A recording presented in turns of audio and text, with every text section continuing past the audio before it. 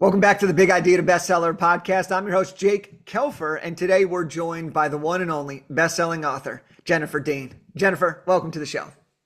Thank you for having me. I'm so excited to be here. And I'm excited for you to be here because you have put in so much effort into creating a really amazing book. I know how much this project matters to you. And, over the next little bit, I'm excited for people to learn about your experience and also learn about what your message is and what your book is. So, your book is called Shadow of Joy, and it's a women's journey from coercive control and abuse to courage, freedom, and rebuilding identity. So, let's start here, Jennifer. Why did you decide to write a book? What was the inspiration behind creating the book Shadow of Joy? That's a great question.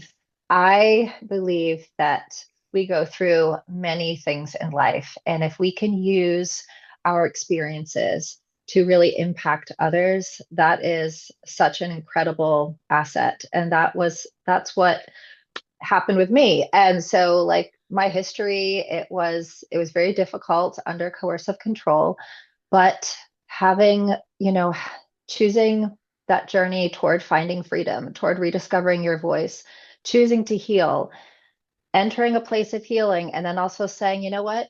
There are so many women that don't even understand what they're going through. And using our experience to make a difference, I think that's the most important thing. And that's what I chose to do. I love that. Thank you for sharing. And why did you decide to do it in a book form? There's a lot of ways you could share your story. There's a lot of ways you could share a message. What made you excited about doing this in book form? Well, okay. So I probably own about 1,000 books. I'm an avid reader. I love to read, and I will read till like 2 in the morning. And I love to write. And I couldn't think of a better way to communicate truth, to bring awareness than to write a story. I believe that people can identify with a story even more than statistics or just facts.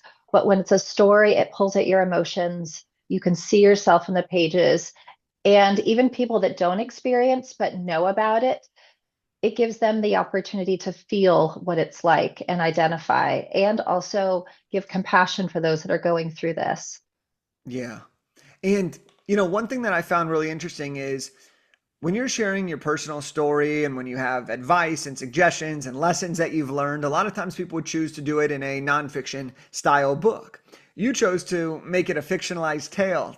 And I'd love to know, like, what made you choose to make it a fictionalized tale that people could still learn from and be immersed with it versus making it a more nonfiction tactical book, really tapping into your own stories and everything else? I wanted to create a story where I could draw from my experience and from other women that I've assisted with advocacy and create a story that any woman could identify with. Mm. So I chose to cover all forms of abuse, whether it was mental, emotional, physical, psychological, sexual, financial. Every single one. So it wasn't leaving out any woman who lives in trauma. I wanted it to be identifiable. I wanted any woman who lives under coercion to see herself in the pages and be like, oh my God, that's what I'm living. That's what I'm experiencing. And to have that awareness. So that's why I chose to create in a fictionalized story. Yeah. Talk to me about talk to me about your kind of experience. Like when you were writing this book, what were some of the aha moments or the breakthrough moments that you were like, oh my gosh, I can't believe this is actually happening. I can't believe we reached this point. I think that happened quite often as you reach the next phase when you have your book coach and you have the editing and then you're moving toward cover and design. Each thing feels like, oh my gosh, I just climbed a mountain. Like, I can't believe I'm doing this. And then when you go back and you read it, you're like, oh my gosh, did I write this? It's you feel like inspired writing, and then you know that you're sharing something that has immense value to millions of people. And I feel like that happened so many times in this journey of writing Hmm. Shadow of Joy.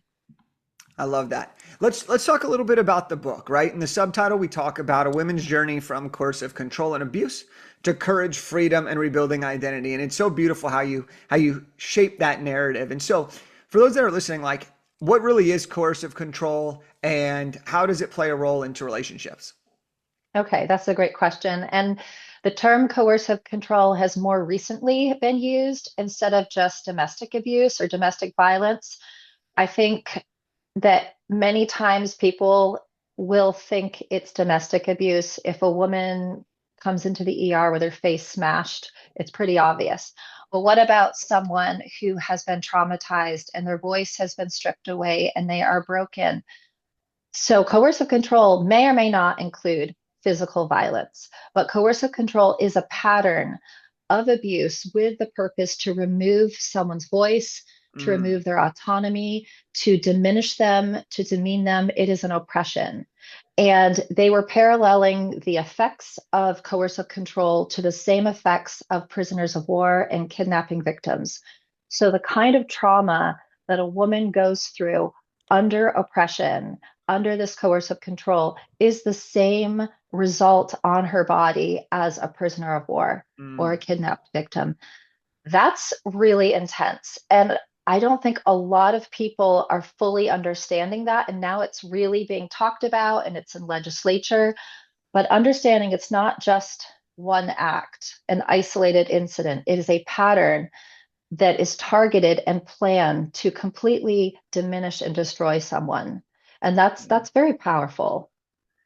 And obviously, this isn't a light topic, and it's a very serious topic. So, like, you know, how do people become aware? How do you become aware? Because a lot of times, and I'll kind of take a different scenario here, but a lot of times people don't recognize patterns that they fall into, whether it's good or bad, right? And so, in this type Yeah. of situation, and I'd love to hear your perspective on how do people become aware, because sometimes it's just the day by day, or sometimes you're like, this is my normal, or sometimes it's like, Yeah. this is just my life. How Yeah. do you become aware, and then what can we do about it to help people? That is so important. I, in my opinion, just from my research and experiences and talking to multiple different women, a lot of times you don't become aware of it until it is so bad, until that individual is broken, until their identity has been completely removed, their autonomy is stripped. And it's like you're already drowning. And then you realize, oh my God, this is happening. And it's through books like Shadow of Joy or other educational resources that are bringing to light, that are talking about it, that you have professionals really, really hounding this topic. Like, what does coercive control look like? It can be, and it usually is very subtle. It's when one person, an example of that is intending to cause the other person to doubt themselves. Just just subtle things to make the other person second guess, like, okay, am I right? Is my decision right? Like, can I think for myself? Do I have to run everything by the other person? Successes are diminished or stolen away. It's things that happen over a period of time. And it really is like who you are and your autonomy is gone. It's like broken, it's shattered.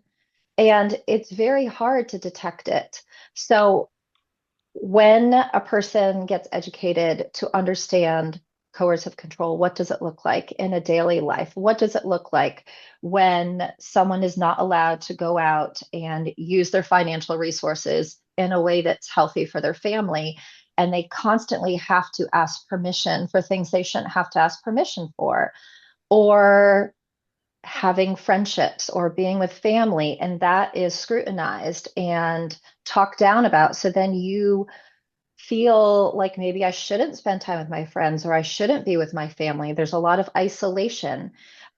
Maybe a person is convinced to not work, or so that they don't have the freedom to go out and do what they love. It's numerous different examples. And so, from a person on the outside, it may be very hard to see because it's usually targeted toward this one individual. on the inside, it feels like your voice gets smaller and smaller. Your rights get less and less. You have to ask permission. You don't have the same credibility as your partner. And so I think the biggest piece is education. The more Mm, and more we learn and learn and learn and listen and read, the more we're going to recognize when something's off. If a woman says to you, I don't know if I'm allowed to do that. Like, I need to check. You'd be like, you're an adult. Like that sounds a little off.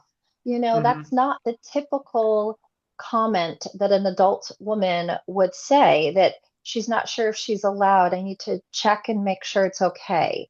And these are Yeah. like small little things, like, or wanting to go for coffee.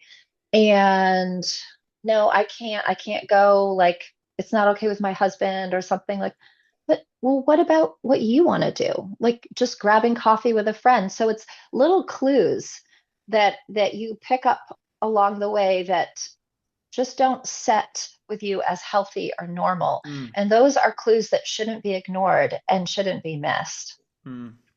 So when you talk about this and you have the book and you have your characters in the story, um, how I don't want to give away anything from the book. We want to encourage everyone to grab a copy, but tell us a little bit about the adventure the main Okay. character goes on in the book and kind of how you decided to talk about all of this very, very intense stuff, but you did it in a way in the story format.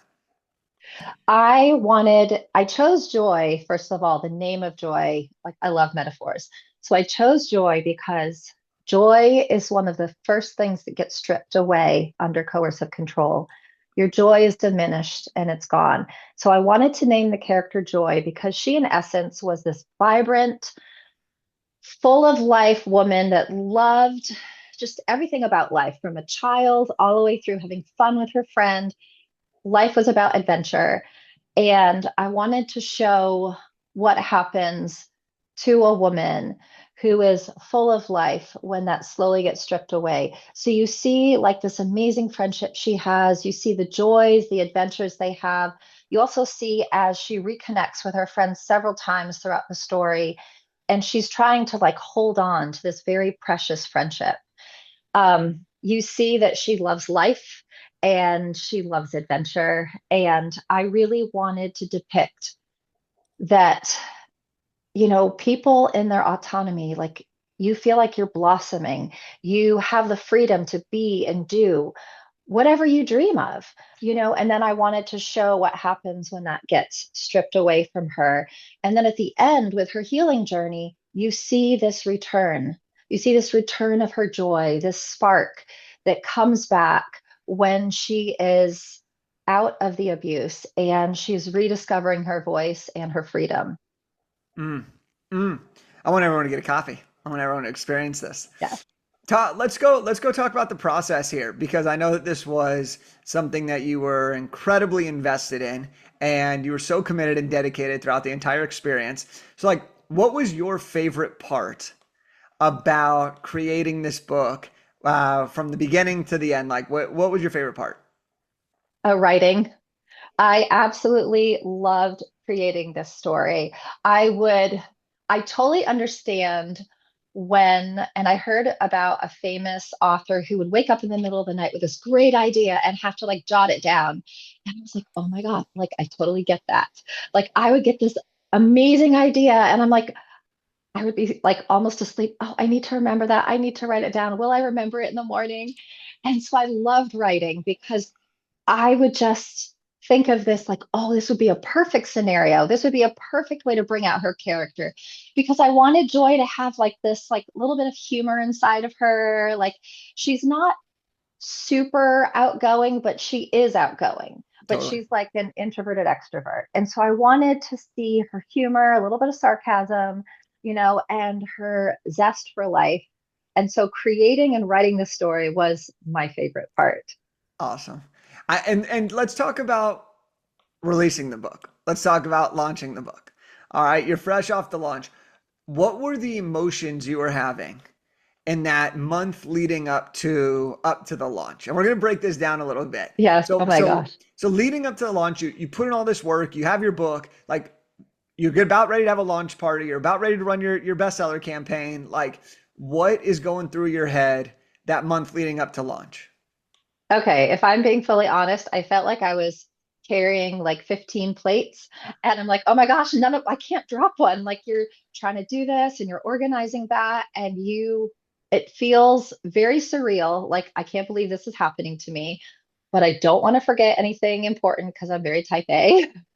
And it's like this is super important. I can't forget anything. But also like, "Oh my God, I can't believe this is actually happening." And Right. then being surrounded by my family, like the launch party, like I cried and I like my husband introduced me and he was like, "I'm so proud of you," and all of my girls were there and we had so many precious friends and it was the most heart-touching like moment. And then everyone's buying the book and they want it signed and it was this feeling of like so surreal and so much joy that I could not contain it in my heart. Mm. And also, like, okay, I am so ready to dive into this and do the next thing. Yeah. I mean, it sounds like you went from a wide roller coaster of emotions into a like, wow, this is really meant to be, and this is a beautiful experience, and you were so happy with it. Oh, absolutely. Absolutely. What did it feel like? Okay, because this is a feeling that every author experiences. When you're at your launch party, this is often one of the first times this happens. You're selling books, you're giving books, and everybody wants you to sign the copies, right? Yes. And this is one of those things that you don't really like think about too much before it actually happens. But now all of a sudden someone's there. So I have a couple fun questions for you. It's like, what was Okay. that feeling like when you started signing books and you saw a bunch of people that wanted your book that had your name Yes. on it, your cover, your effort, and then you were signing it? Like, what was that feeling like for you? Okay. I'm surprised you asked me that because I wondered if anyone else ever felt this. But first of all, I was like, oh my God, I'm signing my own book. But I had to personalize it for each one. I couldn't just write a blanket, like, "Thank you for buying my book," or whatever. Like, I had to write something specific for each person. Like, they're fully invested in supporting me and really loving the mission of what I'm doing. And their hearts are so precious. Like, I had to write something very personal for each and every one. So I'm like, okay, give me a second. I'm like, okay. And then I would just write from my heart and covered a good bit of the page. Yep.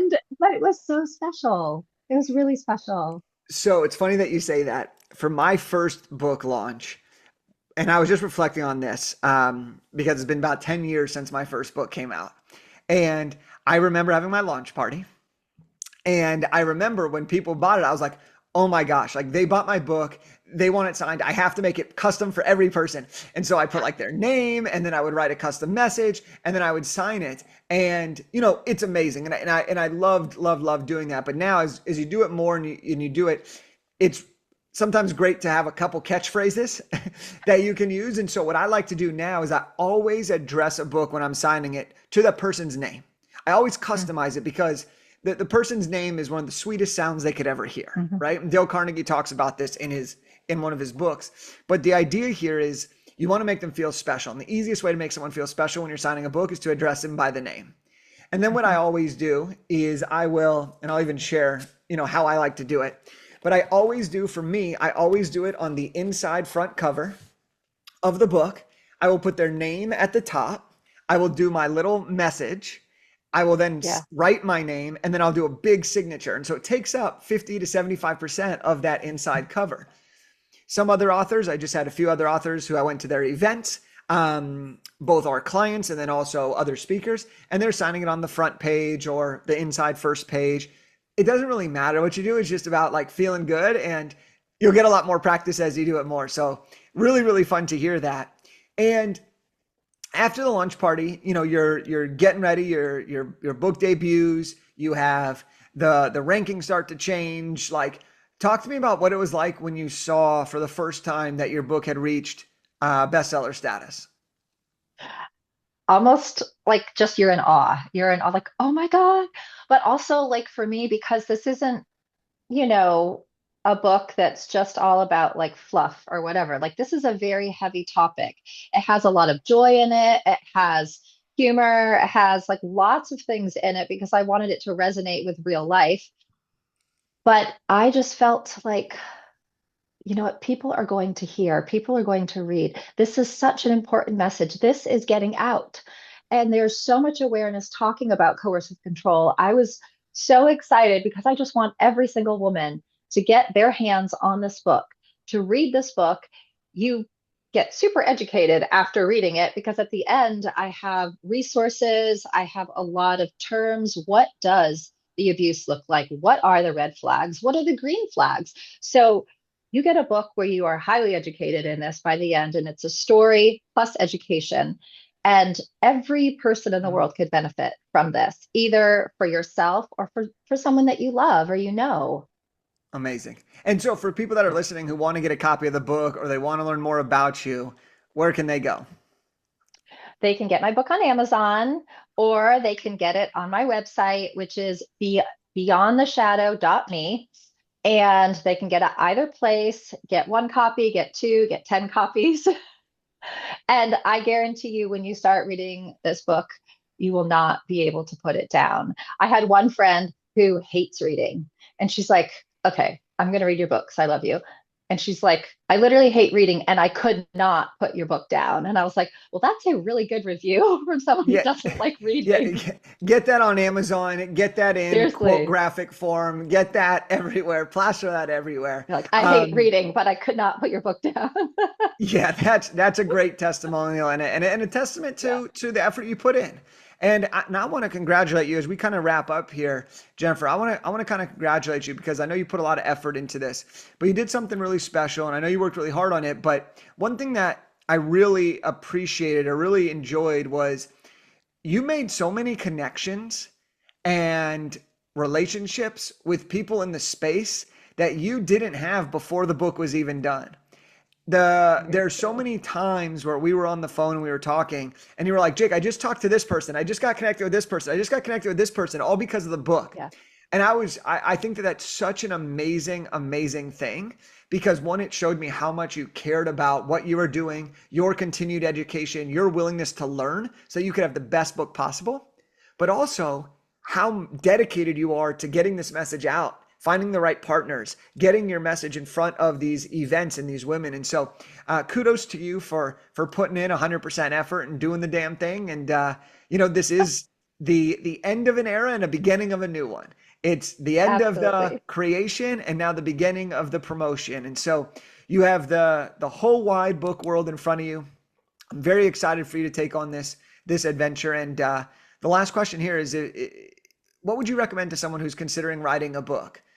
Would you say that they should do it, or would you say that it's not worth I'll say do it 1,000%. And see, Jake, it? like I have so appreciated just every step of this journey. Like you have been there mentoring, any advice you gave, all the help you gave. Like this was the most amazing experience. And if someone has a story to tell, share it because there are so many lives that are impacted. And we may think, okay, well, what I went through or what I know, it's not that much. Who needs to hear it? There's probably a million people out there that would either be touched by it or they would learn so much or it could change their life.